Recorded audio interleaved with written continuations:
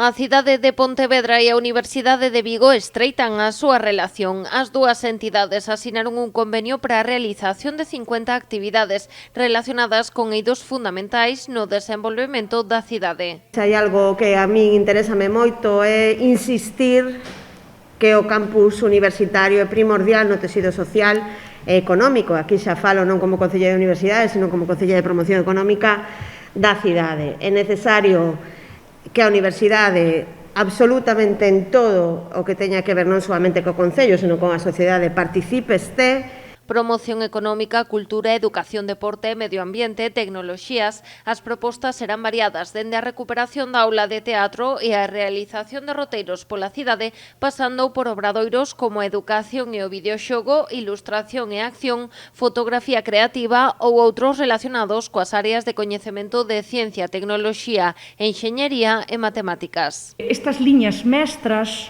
ao longo das cales se irán desenvolvendo este medio cento de actividades que foron anunciadas nun principio.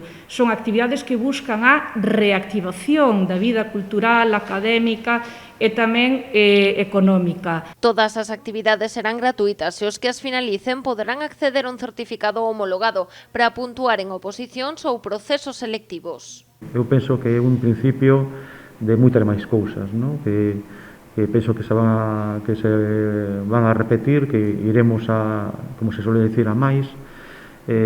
A tendencia vai ser que se vexa con normalidade a intervención da Universidade para axudar no que podamos, porque o noso objetivo fundamental é facer unha Pontevedra se cabe máis grande, non? máis